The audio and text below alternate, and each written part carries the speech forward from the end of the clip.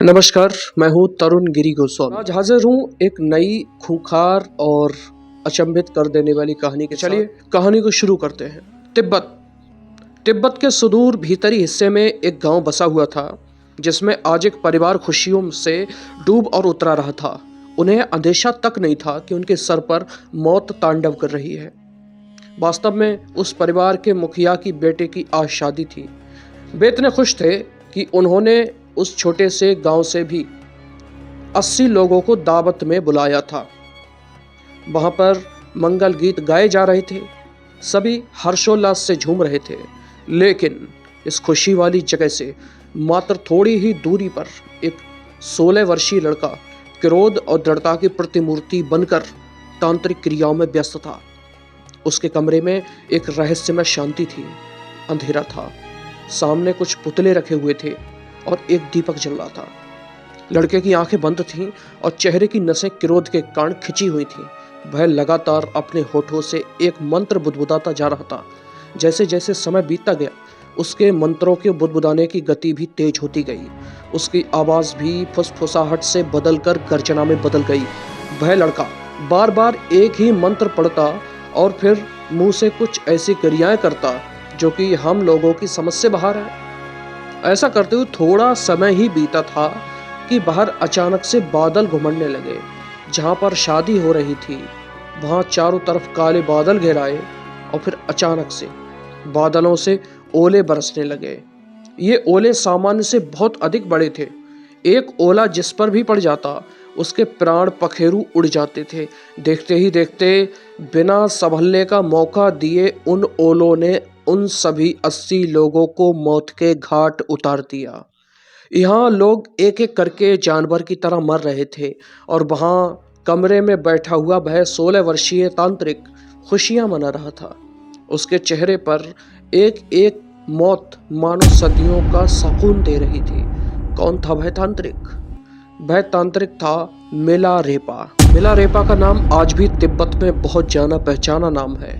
एक लेखक ने अपनी किताब 100 थॉर्न्स ऑफ मिलारेपा में उसके जीवन की बात कही है और यह भी बताया कि उसने 1 लाख गीतों की रचना की थी।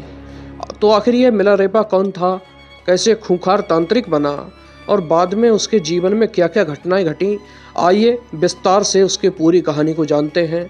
लेकिन इसको जानने से पहले आप सबसे अनुरोध है कि आप कृपया इस वीडियो को लाइक करके हमारे चैनल को सब्सक्राइब कर दीजिएगा। तो नमस्कार, आइए आपका इस कथा में स्वागत है। तिब्बत के सुदूर भीतरी हिस्से के गांव में एक बड़ा ही संपन्न परिवार रहा करता था। परिवार में खुशहाली थी और किसी भी तरह की दिक्कत नहीं थी। वह परिवार अपनी संपन्नता के साथ साथ अपनी प्रसन्नता के लिए भी जाना जाता था।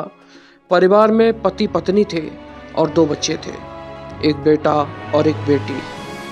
सब कुछ सही चल रहा था, तभी एक दिन आकस्मिक रूप से उनके सर पर विपत्ति का ठिकरा फूट पड़ा। वे कहते हैं कि बुरा समय किसी की प्रतीक्षा नहीं करता।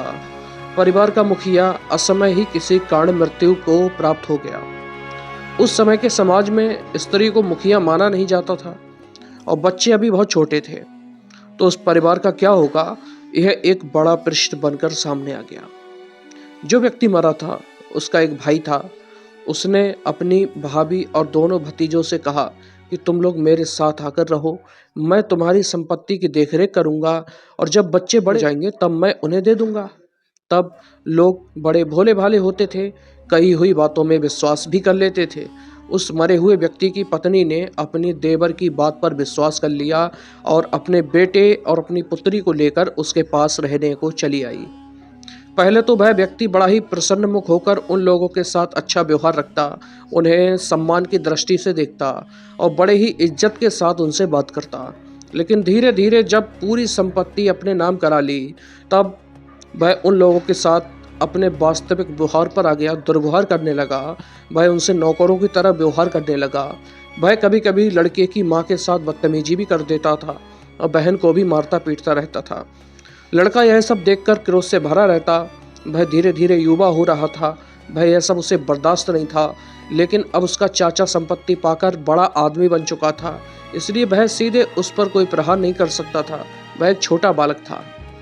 जैसे जैसे उसकी अवस्था बढ़ने लगी, वह हमेशा ही चाचा से बदला लेने की सोचने लगा। 13 वर्ष की आयु में उसे तंत्र मंत्र के बारे में पता चला। उसे पता चला कि यदि कोई तंत्र साधना कर ले तो बिना सामने आए ही अपने प्रतिद्वंदी को मार सकता है, उसे पराजित कर सकता है। वह 13 वर्षीय बालक अपने घर को छोड़कर तंत्र मंत्र की साधना के लिए बाहर निकल गया। वह 3 वर्षों तक भटकता रहा, अनेक तांत्रिकों के पास गया और सबसे कुछ ना कुछ सीखता ही गया। उसने दृढ़ प्रतिज्ञा कर रखी थी, उसके मन में कुछ कर गुजरने की लालसा थी, इसलिए 3 वर्षों में उसने बहुत सारी सिद्धियां प्राप्त कर ली। जब 16 वर्ष का वह बालक अपनी माता और बहन को बचाने के लिए वापस आया तो उसे पता चला कि इस चाचा के अत्याचार से उसकी माँ और उसकी बहन दोनों ही स्वर्ग सिधार गए हैं। अब इस बालक के क्रोध का पारावार नहीं रहा। एक तो यह दुख कि मेरी संपत्ति इस चाचा ने हत्या ली, और दूसरा कि इसने माँ और बहन को तड़पा तड़पा कर मार डाला। मैं वहां पर उपस्थित भी नहीं था, और यह तीसरा दुख था। बालक के मन में क्रोध के बीज पड़ चुके थे। वह सही समय की प्रतीक्षा कर रहा था, और वह सही समय आया चाचा के लड़के के विवाह के समय। उसने देखा कि चाचा अपने लड़के का विवाह उसकी ही संपत्ति से बड़े जोश खरोश के साथ कर रहा है। वह नहीं चाहता था कि इस परिवार में कोई खुशियां व्याप्त हों, इसलिए उसने विवाह का दिन चुना। मैं जानता था कि गांव के सभी लोग इस बात को भली भांति जानते हैं कि यह संपत्ति मेरी है, लेकिन फिर भी जैसे ही इसने संपत्ति हत्या ली, वैसे ही गांव के लोग इसके पक्ष में हो गए। इस कारण से उस लड़के के मन में अपने गांव वालों के प्रति भी भयंकर क्रोध था। वह ऐसे ही समय के प्रतीक्षा में था जहां पर पूरा गांव एक साथ इकट्ठा हो। लड़के की शादी में जब उस चाचा ने पूरे गांव को निमंत्रण दिया तो वह इतना संपन्न था कि कोई भी उसके निमंत्रण को ठुकरा नहीं सका, और लड़का उसी दिन अपने तंत्र विद्या से ओले बरसाकर उन सभी को मार डालता है। जब लड़के ने तांत्रिक विद्या से उन सभी को मौत के घाट उतार दिया तो पहले तो उसे बहुत सुकून मिला, उसका प्रतिशोध पूर्ण हो चुका था। लेकिन धीरे धीरे समय गुजरने के साथ ही उसका मन पश्चाताप और गिलानी से भरने लगा। वह बार बार यही सोचता कि मुझे ऐसा नहीं करना चाहिए था, मुझे क्षमा कर देना चाहिए था, क्योंकि क्षमा से बढ़कर और कोई भी शक्ति नहीं है। वह इसी ग्लानि में गलता हुआ अपने हृदय को समझाता बुझाता, लेकिन जब उसकी ग्लानि असह्य हो उठी तब वह उचित गुरु की तलाश में निकल पड़ा। वह आध्यात्म को पाना चाहता था, तंत्र विद्या में उसे सुकून नहीं मिल रहा था, उसे आध्यात्मिक शांति की तलाश थी। वह दर दर भटकने लगा, उसे कोई भी रास्ता नहीं सूझ रहा था। इसी भटकन के दौरान उसे एक व्यक्ति ने मारपा के बारे में बताया कि वही मदद कर सकता है। मारपा के बारे में खास बात थी कि वह 3 बार भारत की यात्रा कर चुका था। वह मशहूर गुरु नरोपा का शिष्य था। उससे उसने कई तरह की शिक्षा प्रणालियाँ और लिखित ज्ञान सीखे थे। उसने तिब्बत भाषा में अनुवाद भी किया था, जिससे कि उसे अनुवादक भी कहा जाने लगा था। यह सब जानकर वह बच्चा मारपा की खोज में निकल पड़ा।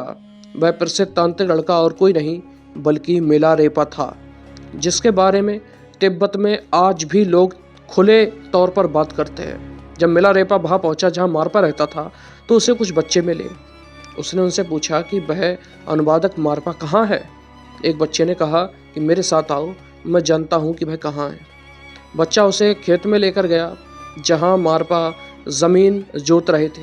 देखकर जमीन जोतना बंद कर दिया और देशी शराब देते हुए कहा, इसे पी लो और फिर जमीन जोतने के काम में लग जाओ। मिलारेपा ने शराब पी और जुताई के काम में लग गया। कुछ देर बाद मारपा तो वहां से चला गया, लेकिन वह बच्चा वहीं खड़ा रहा। जब मिलारेपा ने जुताई का काम पूरा कर लिया तो वह वहीं एक तरफ हैरानी से भरा खड़ा हो गया, क्योंकि उसे पता ही नहीं था कि अब क्या करना है। तब वह बच्चा उसके पास आया और बोला, अब तुम अंदर आ सकते हो। वह बच्चा उसे मारपा के घर में ले गया। तब उसे एहसास हुआ कि वह दरअसल मारपा का ही बेटा था। फिर मारपा ने मिलारेपा से कई तरह की शारीरिक गतिविधियां करवाईं। कुछ देर के बाद मिलारेपा ने झुककर मारपा से कहा, मैं आपसे धर्म की दीक्षा चाहता हूँ। मैं एक ऐसे प्रणाली, ऐसी क्रिया की तलाश में हूँ जो मुझे इसी जन्म में ज्ञान दे सके और मेरे बंधन को तोड़ दे। मैं अगले जन्म के फेर में नहीं पड़ना चाहता हूँ। मैं आपको अपना शरीर, अपना दिमाग और अपनी बोली सब कुछ अर्पण करता हूँ। कृपया इसके बदले में मुझे खाना, कपड़े और ज्ञान दीजिए। यह वाकई बहुत अच्छी बात कही थी मिलारेपा ने। जो अक्सर लोग मिलारेपा के पास कहते थे कि हम अपनी आत्मा देते हैं, वह वास्तव में गलती करते थे। आखिर जो आपकी है ही नहीं, उसे आप दे ही कहाँ सकते हैं। लेकिन जो आपके पास है, उसे देना बहुत मुश्किल है। अगर आप अपने गुरु को कुछ समर्पित करना चाहते हैं, तो अपना शरीर, दिमाग और बोली से बढ़कर और कुछ हो ही नहीं सकता। मिलारेपा की बात सुनने के बाद मारपा ने उसकी ओर देखा और फिर उससे कहा, तुम अपना शरीर, दिमाग और बोली मुझे दे रहे हो, इसके बदले मैं तुम्हें खाना और रहने की जगह ही दे सकता हूँ। ज्ञान के लिए तुमको किसी और को देखना होगा, या तो फिर मैं ज्ञान दे सकता हूँ और रहने व खाने का प्रबंध तुमको स्वयं खुद करना पड़ेगा। यह तुम्हारी इच्छा पर निर्भर करता है। यह सब सुनकर मिलारेपा ने कहा, ठीक है, मुझे आपसे ज्ञान चाहिए। मैं अपने खाने और रहने का बंदोबस्त खुद कर लूँगा। इतना कहकर वह बालक बाहर भिक्षा मांगने चला गया। मिलारेपा एक जोशीला व्यक्ति था और जो भी करता था उसमें कुछ ज़्यादा ही कर बैठता था। वह बाहर भिक्षा मांगने चला गया और काफ़ी दूर दूर तक भीख मांग करके बोरे में गेहूं जमा कर लिए। दरअसल वह एक ही बार में साल भर का खाना जमा कर लेना चाहता था, ताकि मारपा के साथ बैठकर धर्म और ज्ञान की बातें सुकून के साथ सुन सके और सीख सके। उसने बहुत सारा गेहूं जमा कर लिया, जिसमें से थोड़ा सा गेहूं बेचकर उसने खाना बनाने के लिए एक पारंपरिक बर्तन लिया। गेहूं के भारी बोझ के साथ वह मारपा के घर वापस आया और धड़ाम की आवाज़ के साथ उसने गेहूं का बोरा नीचे रखा। जब मारपा ने यह आवाज़ सुनी तो वह दोपहर का खाना खा रहा था। वह खाना खाते हुए बीच में से उठकर बाहर आया और बोला, लगता है तुम बेहद गुस्से में हो।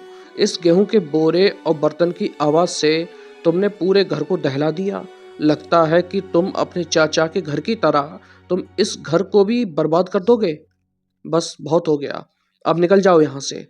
यह सुनकर मिलारेपा गिड़गिड़ाने लगा, आपने मुझसे अपना खाना लाने को कहा था तो मैं ले आया, लेकिन यह तो बहुत भारी था, इसलिए रखते समय मुझसे संभल नहीं पाया और धम्म से बोरा नीचे गिर पड़ा।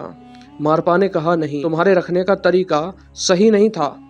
तुम खाने का इस तरह अपमान नहीं कर सकते। तो मारपा ने कहा कि तुम बाहर जाओ, क्योंकि तुमने बोरा ठीक से नहीं रखा है, या फिर मेरे घर का काम करो। कई सालों तक ऐसा ही चलता रहा। मिलारेपा घर का काम करता और दूसरे शिष्य आते और चीज़ों को सीख कर लौट जाते। मिलारेपा को ना तो कोई दीक्षा मिली, ना ही कोई सीख मिली। हालांकि बीच बीच में वह सत्संग के दौरान पहुंच जाता। मिलारेपा को ना तो कोई दीक्षा मिली और ना कोई सीख। हालांकि वह बीच बीच में सत्संग के दौरान छिपकर उसके बीच पहुंच जाता और चाहता कि उसके गुरु उसे कुछ शिक्षा दे दें। लेकिन जब भी वह छिपकर वहां पहुंचता, तब तक मारपा को पता चल जाता और वह अपने शिष्यों के साथ मिलकर उसकी पिटाई कर देते। ऐसा ही बहुत समय तक चलता रहा। मिलारेपा छिपकर बैठता और मारपा उसकी पिटाई करवा देता। धीरे धीरे जब बहुत समय गुजरने लगा, तो आखिर एक दिन मिलारेपा ने मारपा की पत्नी दमया से याचना की। दमयमा मिलारेपा के प्रति एक बेटे की तरह, एक माँ का रिश्ता कायम हो चुका था उन दोनों के बीच में। तब उन्होंने कहा कि आप इसे कुछ सिखाते क्यों नहीं। अपनी पत्नी की बात सुनकर मारपा ने कहा कि अगर यह मेरे बेटे के लिए एक 3 कोने वाला घर बना देगा तो मैं इसे सिखा दूंगा, लेकिन इस घर को अकेले पूरा करना है, किसी की सहायता नहीं लेनी है। और मिलारेपा शर्त को मानकर घर बनाने में लग गया। उसने अपनी मेहनत से 3 कोने वाला घर कुछ ही महीनों में बनाकर तैयार कर दिया। हालांकि इस दौरान उसका शरीर बुरी तरह से थक चुका था और जगह जगह से कट भी गया था। लेकिन जैसे ही 3 कोने वाला घर बनकर तैयार हुआ, तो मारपा ने कहा कि मुझे यह घर अच्छा नहीं लग रहा है, अगर इसमें 4 कोने होते तो बराबर दिखता। मिलारेपा फिर से अपने काम में लग गया। कुछ महीने के बाद उसने 4 कोने वाला घर बना दिया। फिर मारपा ने कहा कि यदि इस घर की बुर्ज 60 फीट ऊंची होती तो कुछ बात थी। मिलारेपा एक बार फिर से अपने काम पे लग जाता है। वह काम पूरा करता और मारपा उसे कुछ दूसरा काम बता देता। इसी बीच यह भी चलता रहा कि मिलारेपा छिप छिप कर सत्संग सुनने की कोशिश करता और उनके शिष्यों द्वारा पीटा जाता और बाहर आ जाता। जब मिलारेपा ऐसा करते हुए बहुत समय व्यतीत कर देता है, तो एक दिन पुनः गुरु पत्नी के पास जाता है और कहता है कि मेरी उम्र अब ढलने लगी है, मैं बूढ़ा होने लगा हूँ, लेकिन फिर भी मुझे कोई ज्ञान नहीं मिला है। अब आप ही कुछ कर सकती हैं। तब गुरु की पत्नी ने एक दूसरा उपाय निकाला। उसने मारपा के नाम से एक चिट्ठी तैयार की और मारपा के ही हस्ताक्षर कर मिलारेपा को देकर कहा कि इसे लेकर तुम एक भिक्षुक के पास जाओ, वह तुम्हें अध्यात्म की शिक्षा दे सकता है। बस उसे यह कहना गुरु ने यह चिट्ठी दी है जिसके कारण तुम सीख सकते हो। भिक्षुक वह चिट्ठी पढ़कर मिलारेपा को सिखाने लगा, लेकिन जब भी वह सिखाता तो उसके मन में कुछ जाता ही नहीं था, शिक्षा का कोई प्रभाव नहीं पड़ रहा था। तब भिक्षुक ने कहा कि ऐसा पहले कभी हुआ ही नहीं, जरूर तुम्हारे साथ कोई समस्या है, कोई दिक्कत है। तभी वहां मारपा आ गया। उसने भिक्षुक को फटकारते हुए कहा कि मेरे द्वारा दीक्षा दिए जाने वाले शिष्य को तुम कैसे दीक्षित कर सकते हो, यह गुरु धर्म के विपरीत है। तब भिक्षुक ने वह चिट्ठी दिखाई और कहा कि यह चिट्ठी तुम्हारी नहीं है, तो वही यह गलती है जिसके कारण मिलारेपा को सीख नहीं पा रहा है। जब मारपा के सामने मिलारेपा का झूठ प्रकट हुआ तब मिलारेपा के बड़ी गिलानी हुई। वह अपने हृदय में इतना गल गया कि आत्महत्या के विचार से वहां से चला गया। मारपा ने अपनी पत्नी और भिक्षुक से कहा कि मैं उसे बहुत समय से इसलिए नहीं सिखा रहा था क्योंकि उसके मन में अहंकार था। वह बार बार चोरी छिपे ज्ञान भी लेना चाहता था। वह निश्चल हृदय का नहीं हो पाया था। हालांकि आज उसको जब गिलानी हो रही है तो उसका हृदय पवित्र हो चुका है। अब मैं उसे अवश्य ही ज्ञान दूंगा। तब वह मिलारेपा को खोजकर उसे वापस लाया और दीक्षा देने लगा। कुछ समय बाद मिलारेपा जब पूर्ण रूप से दीक्षित हो गया तब मारपा ने उससे कहा कि अब तुम डाकिनी साधना करो। एक कमरे में बैठकर दिए गए मंत्र के साथ तुम डाकिनी का ध्यान करो। मिलारेपा ऐसा ही करने लगा। 3 दिन बीत गए। कमरे का अंधेरा और मिलारेपा का वह मंत्र, केवल दोनों साथ थे। मंत्र पढ़ते हुए वह बार बार डाकिनी का ध्यान करता। तीसरे दिन के अंतिम प्रहर में डाकिनी वहां प्रकट हुई। कुछ लोग कहते हैं कि स्वप्न में आई, लेकिन जो भी था डाकिनी मिलारेपा से बात करने लगी।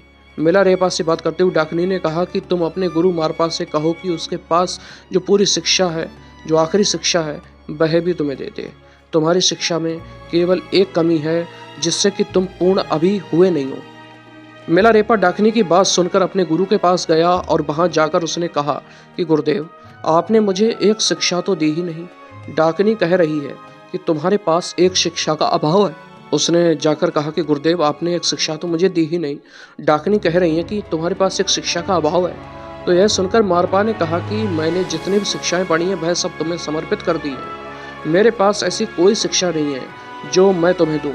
लेकिन डाकिनी की बात गलत तो हो ही नहीं सकती, जरूर इसके पीछे कोई ना कोई कारण है, इसलिए हमें अपने गुरु के पास चलना चाहिए।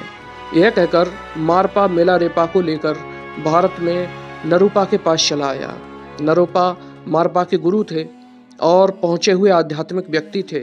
नरूपा ने जब मिलारेपा और उससे गुरु की बात सुनी तो वे बड़े प्रसन्न हुए और उन्होंने वह आखिरी विद्या मिलारेपा को दी। उसके बाद नरूपा ने मारपा से कहा कि तुम पढ़ने में बहुत अच्छे थे, तुम में भी आध्यात्मिक शक्तियां हैं, लेकिन मिलारेपा जितनी दृढ़ता तुम्हारे अंदर नहीं है। इसी कारण वह आखिरी विद्या मैंने तुम्हें नहीं दी थी। मुझे योग्य शिष्य की तलाश थी और वह योग्य शिष्य मिलारेपा निकला। कहते हैं कि उसके बाद से मारपा, जो कि अधिक वृद्ध था, वह मिलारेपा का शिष्य बन गया। यानी जो पहले गुरु था वह शिष्य बन गया और मिलारेपा भारत से आध्यात्म की पूरी शिक्षा लेकर वापस तिब्बत चला आया। फिर उसने तंत्र मार्ग को छोड़कर गीत लिखे, संत कवि बना और भक्ति में लीन हो गया। लाइफ ऑफ मिलारेपा किताब में गीतों का वर्णन है। तो दोस्तों, एक ऐसी कहानी थी जिसमें एक तांत्रिक तंत्र विद्या के ऊपर आध्यात्म साधना को तरीस देता हुआ अपना जीवन पूर्ण करता है। और मिलारेपा एक वही संत तांत्रिक हुए जिन्होंने हिमालय पे चढ़ने में सफलता हासिल करी थी। हिमालय के उस कैलाश पर्वत पर जिस पर आज तक कोई भी व्यक्ति जा नहीं पाया, उस पर मिलारेपा ने चढ़ाई की थी। उस समय पे वह पहले व्यक्ति थे। तो कैसी लगी ये कहानी दोस्तों, कमेंट बॉक्स में हमें ज़रूर बताइएगा। तब तक के लिए नमस्कार, मिलते हैं कल अगली कहानी में।